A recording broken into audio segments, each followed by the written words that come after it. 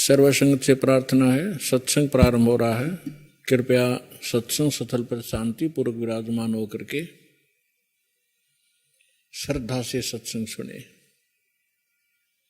परमेश्वर की प्यारी आत्माओं से पुनर्निवेदन है, सत्संग प्रारंभ हो रहा है। कृपया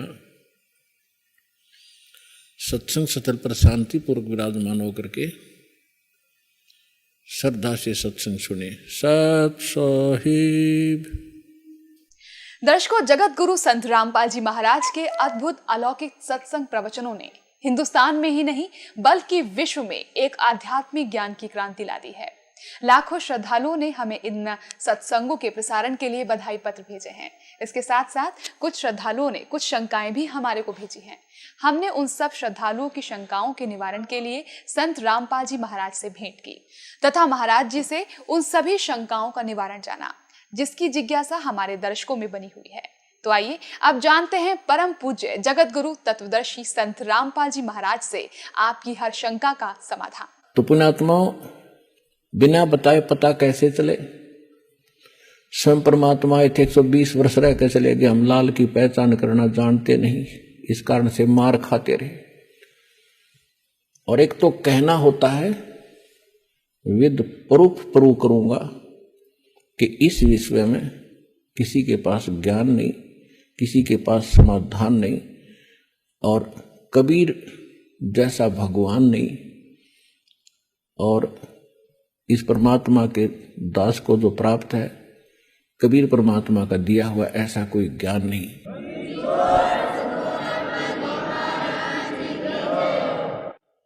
परम पिता परमात्मा पूर्ण ब्रह्म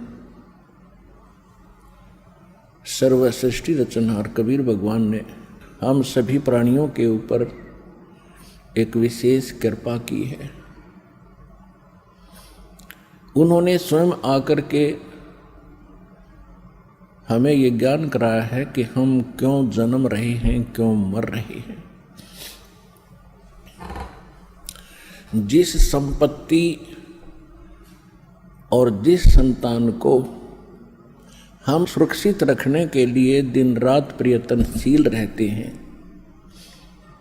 और हमारी आंखों के सामने ये सब नष्ट हो जाता है, ये क्या कहानी है? पुण्यात्माओं, हमें कोई ये ज्ञान देने वाला नहीं था, जिस कारण से हमें इसका कोई विकल्प दिखाई नहीं दिया। हमने ये एक फाइनल मान लिया,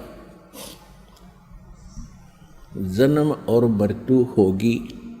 आत्म एहसास हो रहा है, क्योंकि एक प्रश्नवाचक चिन्ह आज तक किसी से हट नहीं पाया कि हम क्यों मरते हैं, क्यों जन्मते हैं। हम कितना अच्छा परिवार बनाते हैं, उनमें कितना अच्छा प्रेम होता है, मोह होता है, लगाव होता है, और एक सेकंड में वो सब बिखर जाता है। इसके विषय में हम कभी चिंतित होते हैं तो फिर सोच लेते हैं कि सभी के साथ हो रहा है। ये एक परंपरा मान ली हमने कि ऐसा तो होगा ही होगा, पर ये काम तो करते ही रहो। कौन सा कार्य करते रहो? कोठी बनाओ, बंगले बनाओ, कार बड्डी लो और मर जाओ। ये कौन सा कार्य था?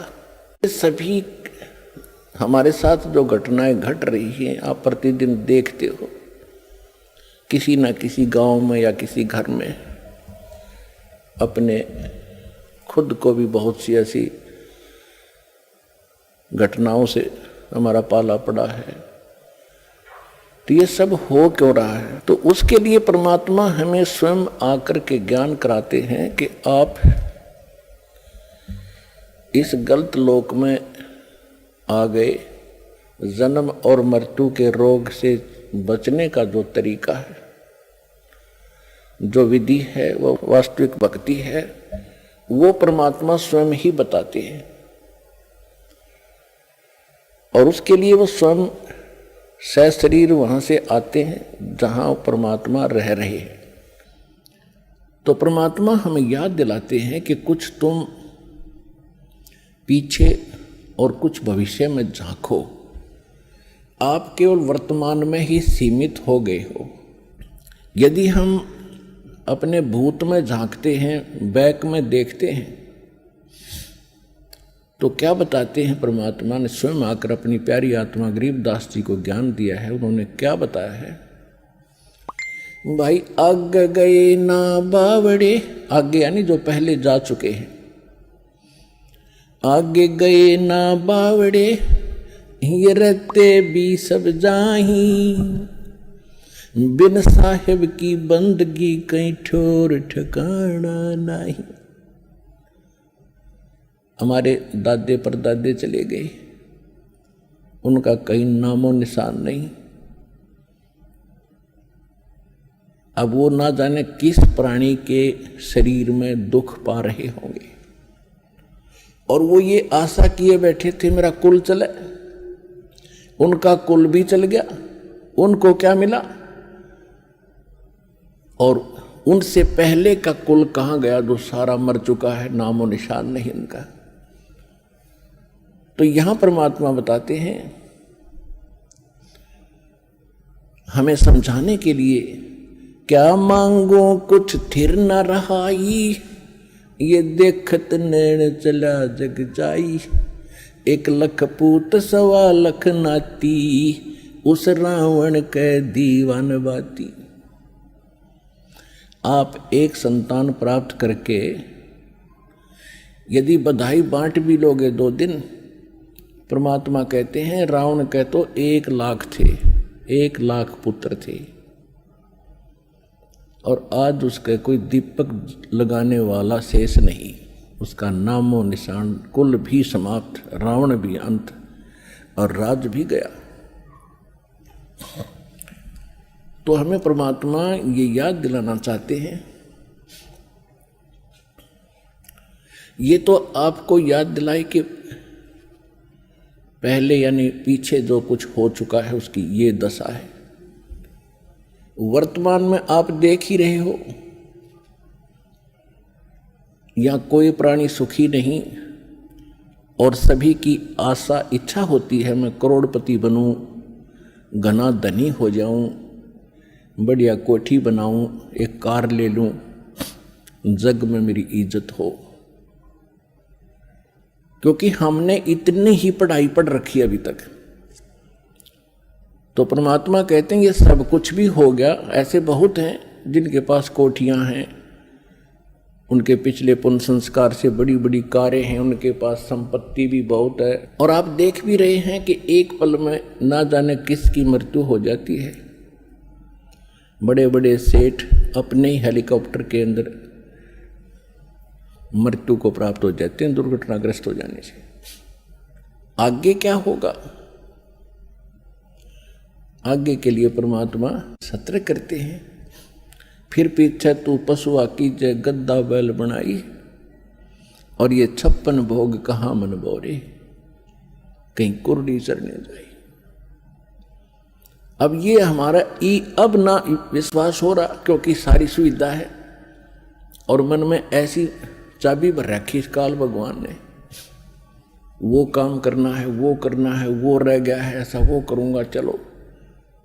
तो ये भी काल की ही प्रेरणा, और काल ने आपको विवश कर रखा है।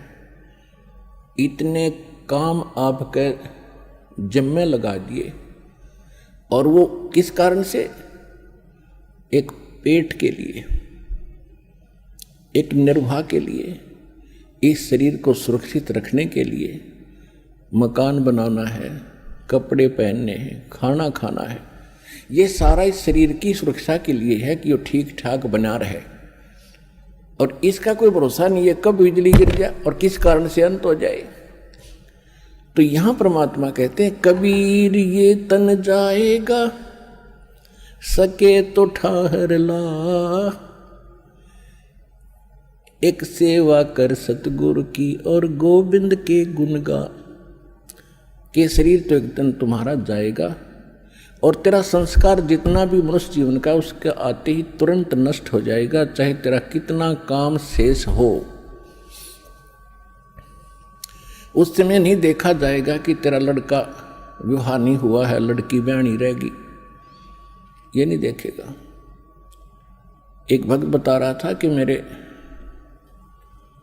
मामा जी का 5-6 लड़कियां थी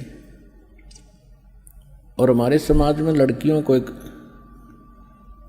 अपने ऊपर अपने आप गलत परंपराएं बनाकर हमने अभिशाप मान लिया। उनके दहेज में पता नहीं के खर्चे करने पड़ते हैं, जिस कारण से वो कहता मेरी मामी बात नौतन गई थी, 3 लड़कियों का विवाह इकट्ठा रख रखा था। जिसके घनी बेटियां हों तो इन्हें सोचा एक बार में सारा खर्चा हो जाए, ठीक ठाक निमट जाए। अब जिसकी 3 बेटियों का विवाह हो उसके दिमाग में कितना बर्डन होता है, वो चल कहीं रहा होता, सोच कहीं रही होती है। इसी प्रकार वो बस स्टैंड पर खड़ी थी और ध्यान यही था, उसको ऐसे लाऊंगी, उसको ऐसे करूंगी, वहां से पैसे मिलेंगे। इतने में पीछे से ड्राइवर बस बैक करे था और वो गलत बैक होगी और वो माई बस स्टैंड के पिलर और पोल और बस के बीच में लग गई। उसको ध्यान नहीं रहा क्योंकि वो तो सोच कहीं और रही थी, वहीं मृत्यु को प्राप्त होगी। तो परमात्मा कहते हैं ये शरीर तेरा जब समय आएगा, एक सांस तुझे नहीं मिलेगा।